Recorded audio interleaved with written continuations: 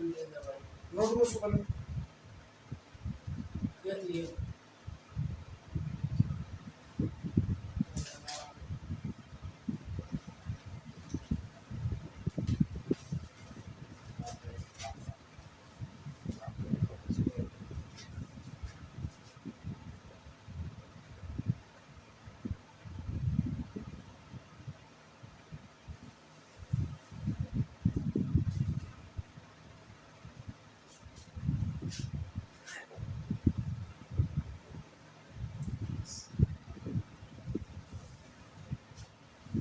देखो वहाँ पे दिखाई दे रहा है मुझे उसको लगा रहा हूँ ठीक है देखो सबसे पहले सुनेंगे क्या है टाइम भाई सुबह के 5:30 बज रहा है पढ़ रहा है हाँ फैन ठीक है थोड़ी थोड़ी देर में चीज़ें याद दिलाते हैं सही टाइमिंग हमारी हो रही है सुबह के 5:30 बज रहा है बच्चों में प्रेजेंटी लगी हुई है बच्चों की कार्तिक नवनीत काव्य ईशु काव्य का आज स्कूल जाने का मन नहीं है पीटीएम है इनकी डर लग रहा है इनको क्या होगा आज इनके साथ है ना ये वीडियो पापा तक जानी चाहिए कि ताकि पापा पता चले क्यों कहा है ना सही नहीं देखो भाई हम लोग क्या टॉपिक में क्या पढ़ने जा रहे हैं स्ट्रेट लाइन में हम लोगों ने लेक्चर नंबर 6 तक कर ली है चीजें ठीक है ना इसमें हम लोगों ने क्वेश्चंस किए थे अब हमारे पास लेक्चर नंबर 7 में है कि ट्रांसफॉर्मेशन करना है आपको स्ट्रेट लाइन का डिफरेंट फॉर्म्स में स्टैंडर्ड फॉर्म आपको किसी भी स्ट्रेट लाइन की जनरल इक्वेशन दी जाएगी स्टैंडर्ड फॉर्म दिया जाएगा और उस इक्वेशन को हमें डिफरेंट फॉर्म ऑफ में चेंज करना है ठीक है तो सबसे पहले हमारे पास होता है लोगों ने पहले दिन पढ़ा था कि स्ट्रेट लाइन का जो जनरल या स्टैंडर्ड फॉर्म होता है वो क्या होता है ax + by + c = 0 अब हम लोग क्या पढ़ने जा रहे हैं कि भाई अगर किसी क्वेश्चन में अगर आपको ax + by + c = 0 दिया गया है और क्वेश्चन में सपोज दैट तुमसे इस क्वेश्चन में पूछ ले कि find the slope of the equation find the intercept on y axis ये अगर तुम्हें निकालना है या तुमसे कह रहा है change the line change the straight line and intercept form y = mx + c तो कैसे करेंगे देखो नॉनी देखो इधर कार्तिक देखो भाई अगर तुम्हारे पास इक्वेशन ये लिखी हुई है तो कैसे करोगे इसको लिख लिया आपने भाई पहले तो ax + by + c = 0 अगर तुम्हें अपने मन से दिमाग लगाना चाहते तो थोड़ा थोड़ा तो ये समझो कि यहाँ पर देखो y = mx + c लिखा है मतलब LHS में क्या है y है बाकी सारे टर्म कहाँ है RHS में तो आप क्या करो y वाले को इधर होल्ड कर लो बाकी सारे टर्म्स उधर रिप्लेस कर दो भाई तो ये हो गया हमारे पास by = माइनस का ax - c ये हो गया ठीक है ना अब क्या करेंगे भाई यहाँ पर y को अगर देखो तो y सेपरेट है अच्छा ये ना सोच लेना स्मॉल ये कैपिटल ऐसा कुछ नहीं सेम है दोनों चीजें ठीक है ना हल्का सा डिफरेंट लगे इसलिए मैंने उसको से किया हुआ है ठीक अगर यहाँ पर y तुम देखोगे तो y कैसा है तुम्हारे लिए सेपरेट है एकदम मतलब y के कोएफिशिएंट भी कुछ नहीं लिखा यहाँ पर y का कोएफिशिएंट क्या है b तो एक काम करो या तो b को उधर भेज दो या on dividing both side by b दो में से कोई एक काम कर लो तो भाई हमने b को उधर भेज दिया तो y = आ गया माइनस का a/b x - c/b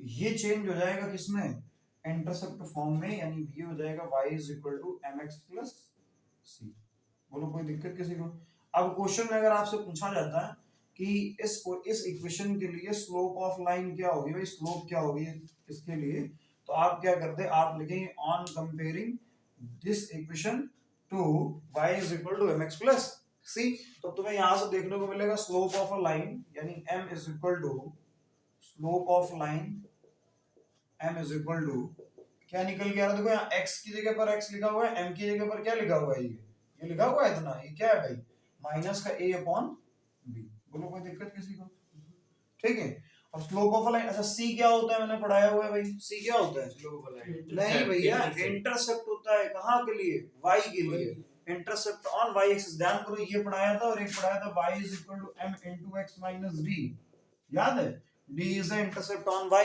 x axis और c is the intercept on y axis ठीक है नोनी कार्तिक देखो इधर भाई ये हो गया तुम्हारे पास ये क्या हो जाएगा c y इंटरसेप्ट हो जाएगा तुम्हारे पास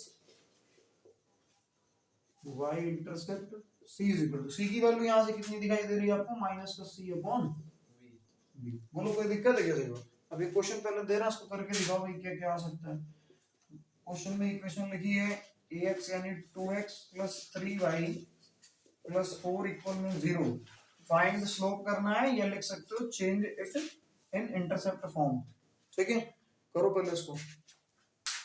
ये नोट हो गया कि नहीं हो गया? ये वाला नोट करो इसको, फटाक से चलो जल्दी नोट करो, इसको नोट करो। -2x वाला टर्म आगे रहेगा। नहीं भैया, नीपी कहती है कि बच्चों को प्यार से पढ़ाना है, इसलिए कहा पापा को आप एनईपी के रूल पढ़ाएं। कोई भी गार्जियन जो है बच्चों के ऊपर प्रेशर नहीं कर सकता पढ़ाई के लिए। हाँ हाँ, सीरियसली कह रहा हूँ, ठीक है ना? हाइड्रोलिक प्रेस के नीचे दबाते हैं इसके पापा। ठीक है, पापा को वीडियो दिखाएंगे। ए ऐसा नहीं भाई, पता चले तुम लोग ऐसे ऐसे ऐसे स्टेटमेंट वीडियो में दे दो, तो ऐसे लगे पापा को उठा ली पुलिस कि रे ऐसे कैसे आपने बच्चे के ऊपर प्रताड़ना की हुई है। काला वीडियो है क्यों का? देखो देखो हम तुम्हें एक चीज बताते हैं ना, सुनो।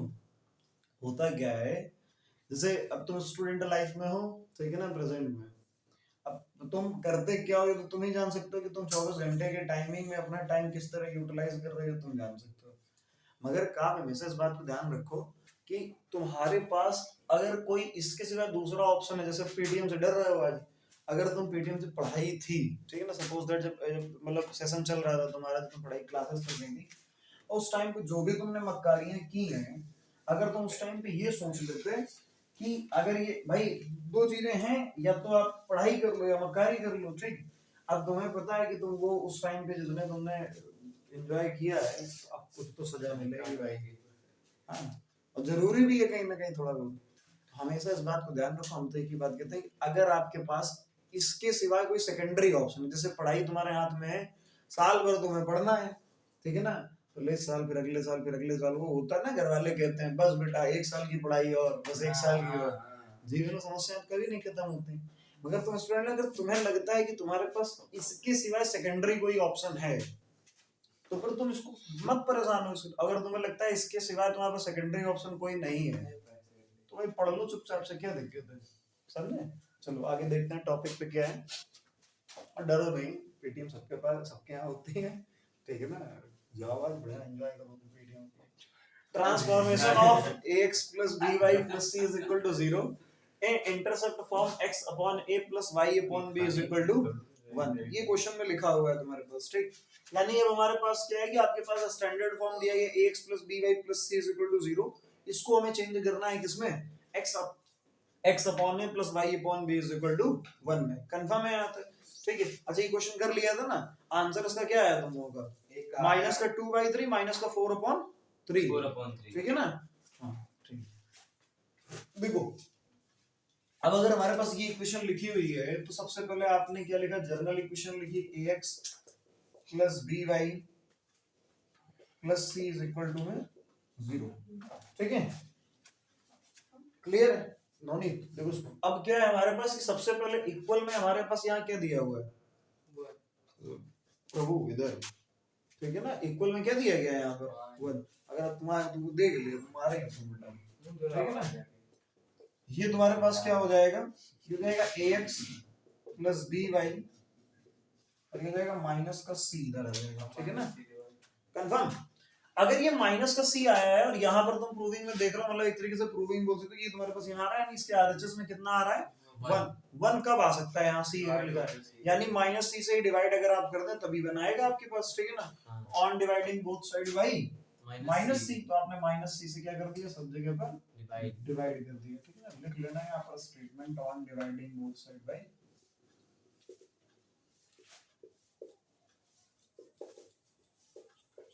-c, ठीक है ना। ये स्टेटमेंट लिख लो तुम, ठीक। ये हो गया तुम्हारे पास। अब अगर तुम देखोगे ध्यान से, तो ये तो तुम्हारा कट के कितना आ गया? 1 आ गया, ठीक है।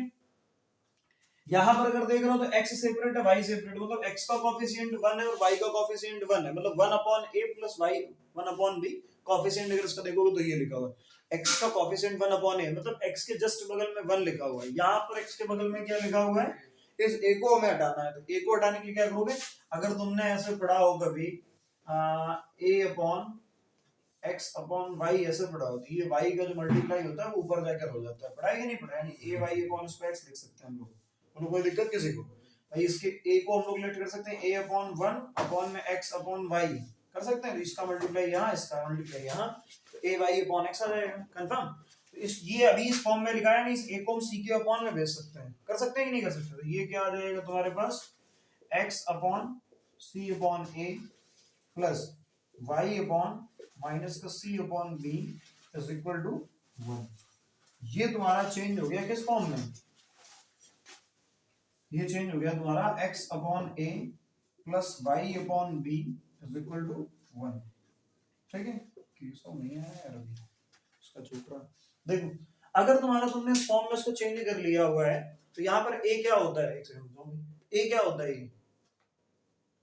ये क्या ए क्या होता है, ये ए और बी क्या होते हैं, ये इंटरसेप्ट इंटरसेप्ट होते हैं, कहाँ के, ऑन द एक्सिस, यानी ये एक्स एक्सिस का इंटरसेप्ट होता है, ये वाई एक्सिस का इंटरसेप्ट होता है। तो अगर तुमसे क्वेश्चन में पूछा जाए इंटरसेप्ट ऑन एक्स एक्सिस, अगर तुमसे पूछा जाए इंटरसेप्ट ऑन एक्स एक्सिस, तो क्या निकलेगा इंटरसेप्ट ऑन एक्स एक्सिस, यहां से अगर तुम देखोगे तुम्हारा ये इक्वेशन दी गई है और इस इक्वेशन से तुमसे पूछ रहा है कि इंटरसेप्ट ऑन एक्स एक्सिस कितना होगा, तो क्या हो जाएगा माइनस का सी अपॉन ए, तो यहाँ पर आ जाएगा माइनस का C by A. Intercept on Y axis अगर पूछ रहा होता तो क्या आंसर आता भाई, माइनस का सी अपॉन बी, कोई दिक्कत, यहाँ पर यही दोनों चीजें मैं रखती हूँ, ठीक है ना, कंफर्म। इसको नोट करो फटाक से, क्वेश्चन दे रहा हूँ इसको प्रूफ करके दिखाओ, मतलब इसका वैल्यू निकालो फटाफट, सेम क्वेश्चन इक्वेशन सेम है भाई, पहली वाली, ठीक है, पहली वाली इक्वेशन नहीं है, पहली वाली इक्वेशन क्या लिखी थी 2x + 3y + 4 इक्वल में 0, ठीक है ना, चेंज करना है इसको x upon a + y upon b is equal to 1 में, करो करो इसको इतना करो, चलो पहले फिर एक लाइक लास्ट हो कराते हैं देखो, हाँ क्या इशू दिक्कत है, तो ये चीज नहीं, इसमें दिक्कत जा रही है, हाँ क्या देखो शर्माते कितना गजब है, मतलब वीडियो चल रहा है इसलिए पूछेंगे नहीं, क्या गजब इंसान है ये इसी का मतलब होता है इंट्रोवर्ट, ऐसे ही होता है क्या, सेम ऑन यू। देखो ये अरे ऐसा समझ लो ना इसको एक्सीडेंटली, क्या इसमें कोई बड़ी चीज है क्या, देखो तुम्हें कंफ्यूजन होती होगी कि जैसे हम तुम्हें दो स्टेप में बताते हैं इस चीज को, ठीक है ना, बहुत आराम से समझो, जिस भी बच्चों को मतलब इसमें दिक्कत जाती है इस टाइप में कि कब कोएफिशिएंट ऊपर जाएगा, कहाँ किसका मल्टीप्लाई होगा, इस टाइप की सिचुएशन में दिक्कत जाती है, इसमें दिक्कत जाती है कि नीचे वाले के नीचे 1 होगा कि ऊपर वाले के नीचे 1 होगा, एक सेकंड रुकोगे भाई, पेशेंस रखो एक सेकंड के लिए, ठीक है ना, ये चीज है जैसे, ठीक है ना,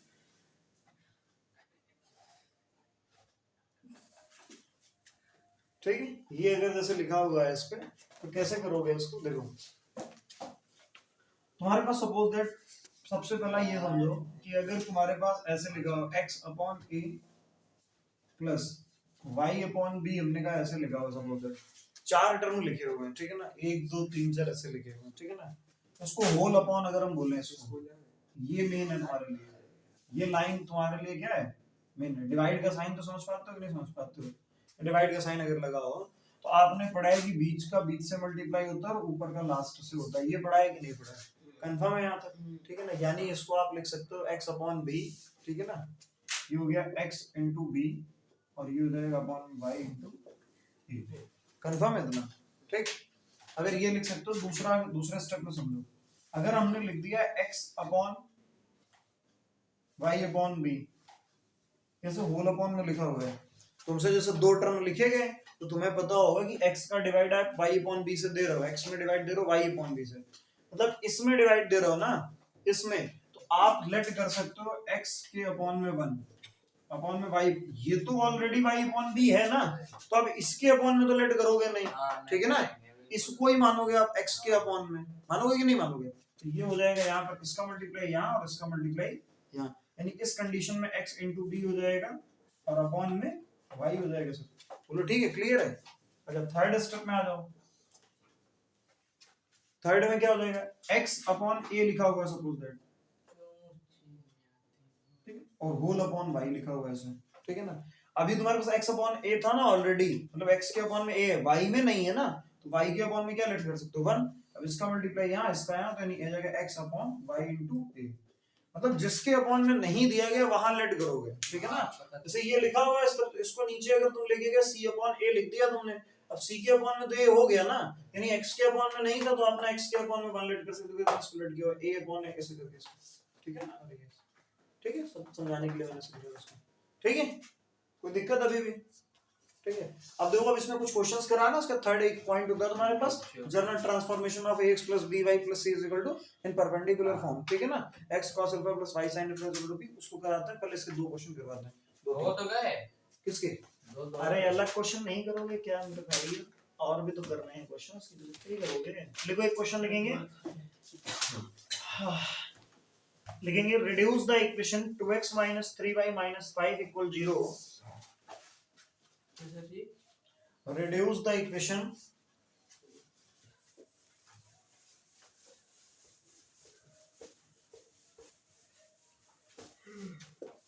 reduce the equation 2x minus 3y minus 5 equal 0 to slope intercept form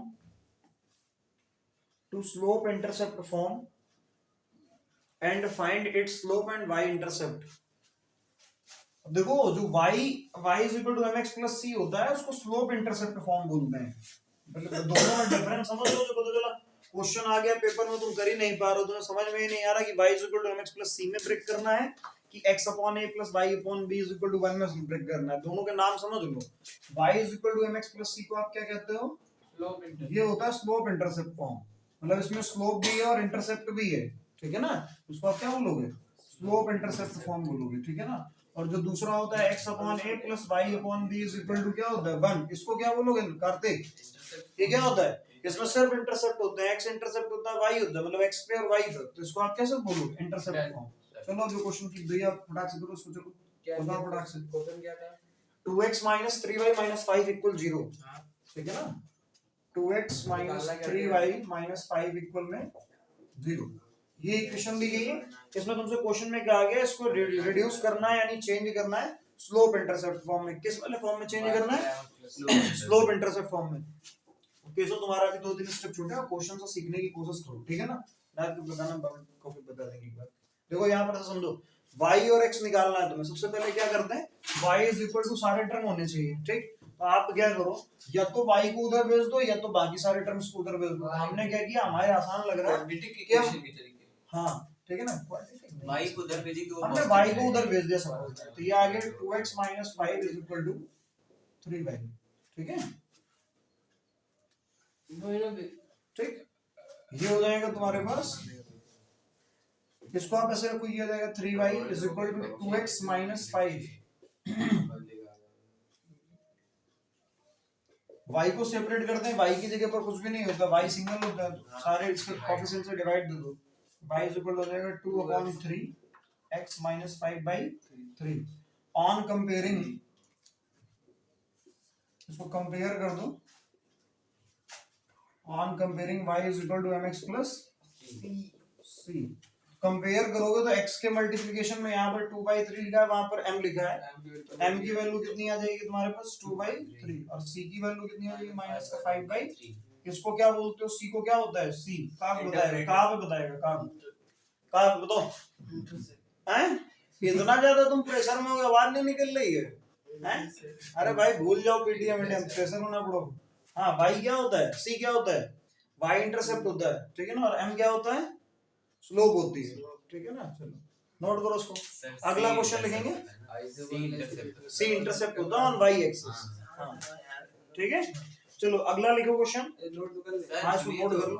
अब मुझे अभी बताइए इसमें रिड्यूस का मतलब क्या है, रिड्यूस मतलब चेंज करना, अरे यार ये ऐसे करोगे फिर कैसे काम चलेगा भाई, घटाना, मैं दूसरी वाली क्लास में पढ़ा रहा हूँ, ठीक है, वो था टकला, उसकी आंख बंद करके पूरी क्लास उसको मारने में लगी, आंख बंद कौन करे था, 4-5 लड़के, हाँ वो लड़का जो था ना, वो मतलब ये इतना वो भी नहीं उसके अंदर कि ये बता दे जाके ऑफिस में जाए, स्कूल में किसी टीचर को बताए, उसको खुद ही मजा आ रही मारने में। हमने बड़े गजब आदमी है, तुम्हारा। और क्या, अरे क्लास में मान लो स्कूल में वो बच्चे खेल रहे हो, कोई हादसा हो जाए तो ये चीज ठीक नहीं है।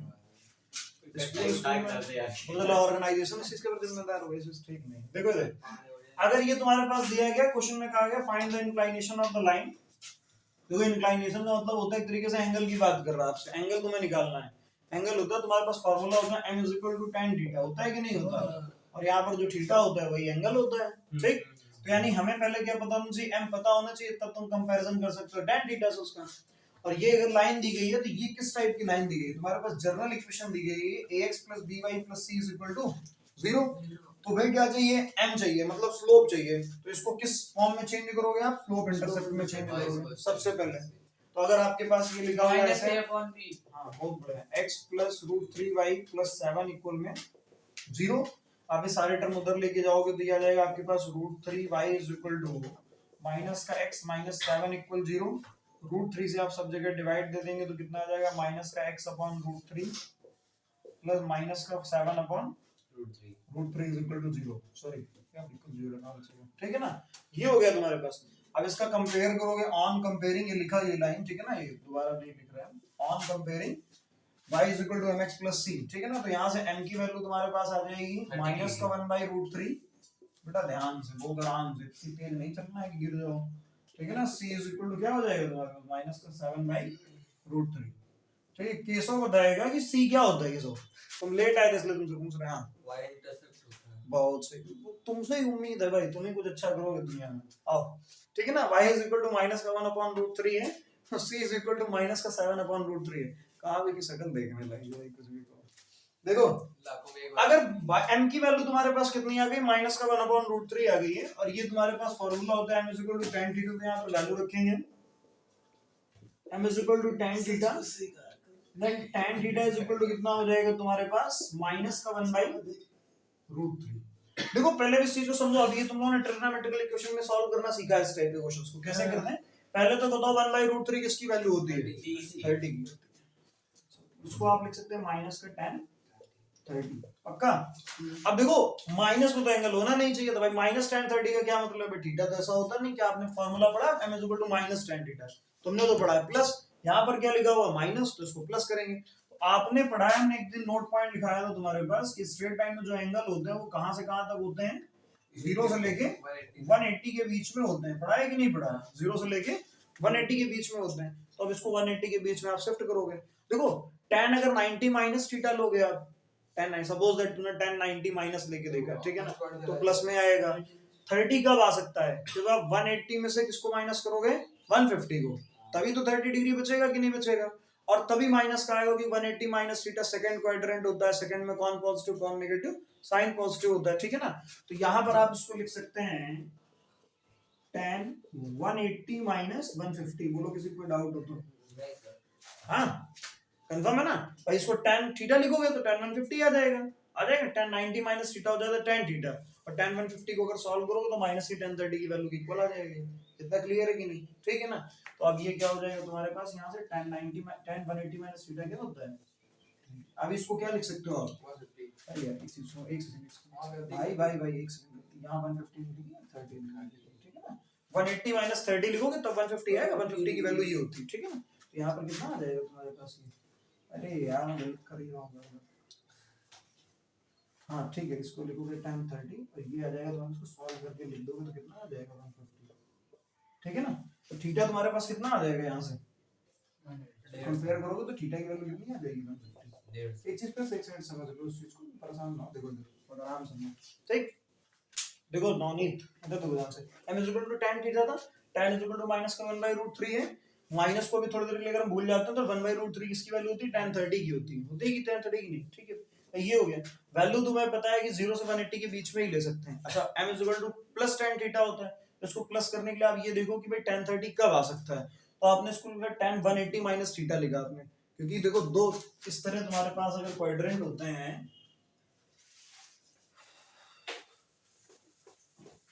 देखो ध्यान से, अगर तुम्हारे पास क्वाड्रेंट ये है, ठीक है ना, ये 90 हो गया तुम्हारे पास, ये 180 हो गया, बोलो क्लियर है।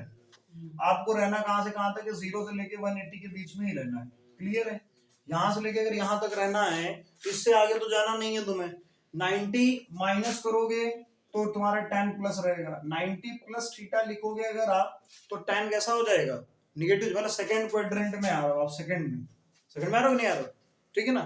tan, अच्छा इसको और क्या लिख सकते हो भाई, tan 90 प्लस थीटा लिखा तो 30 वाला तुम्हारा पेयर नहीं बनेगा, तुम्हारे पास बनेगा क्या, तो आपने इसको क्या लिख लिया 180 माइनस, इससे भी तो इसी में रहोगे। और दूसरी चीज क्या है, दूसरा रीजन क्या है, अगर 90 प्लस थीटा लेते हो तो 90, और मैंने पढ़ा रखा है 90 और 270 में जो ट्रिग्नोमेट्रिकल रेशियोज होते हैं वो चेंज हो जाते हैं, और 180 और 360 में कैसे रहते हैं, नो चेंज रहते हैं। पढ़ाया कि नहीं पढ़ा, 90 और 270 में हो तो cot थीटा आ जाएगा, cot 30 यानी वो कितना, फिर √3 हो जाएगा, और वो वैल्यू तुमको लेनी नहीं है 1/√3।